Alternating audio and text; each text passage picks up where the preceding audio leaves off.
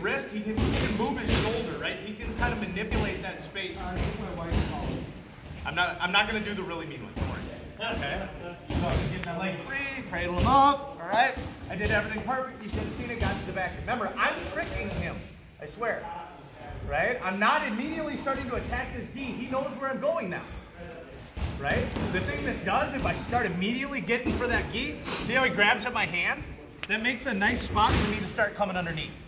Right? So if I want to attack this arm, and we'll talk about that in a little bit, I've got that option. Right? So I'm not immediately grabbing at his gi. I'm making sure it's open, okay? But I can pretend that that's me attacking this arm. Because when he comes up to his knees, my hand should be already in that perfect spot. If I get too deep first, when he comes up, he's gonna start grabbing at that elbow, and now I'm not gonna be in the right spot anymore. Does that make sense? So take the time, let them come up and bring the gi to you. Don't go try to get it before they get up to their knee. Yes? Anyway, so as John comes up, all right, this time I'm gonna hold on to that gi as he comes up and feed it to myself. Okay? And I'm gonna hold on to that gi the whole time. Okay, so I get my hands almost about even. There's maybe a fist or two in between. Same thing now. Head to the ground, through, pull the elbow. Right?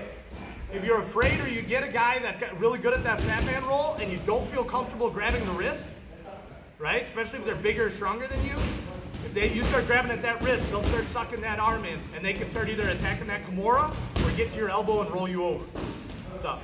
Can I see, you keep saying about the fat man? Yeah. So if I'm too deep here, I get John's wrist, he comes up to his knees, I'm like, haha, I'm controlling your arm.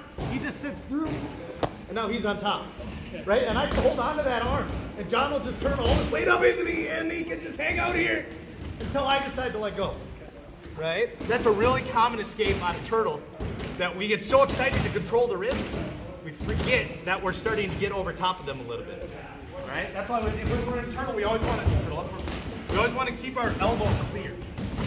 Right? If I get in there where he can keep my elbow attached to his hip, he doesn't even have to hook my elbow. He just has to keep it attached to him. Now I can't stop myself from going over the top. So I always want to keep that elbow back. Nice thing about the gi is I can control that and still have that side of his body. Cool? Good question. Thank you. So I'm going to open that gi up as I feed it to myself, and I'm going to hold on to it, just like a baseball bat. Right? Or a katana sword if you're a Ninja Turtle nerd like me. Right? Get in there. Right? Everything else is the same. My head goes across, my armpit is coming to the back of his head, and as I pyramid through, all that weight's on the back of his head.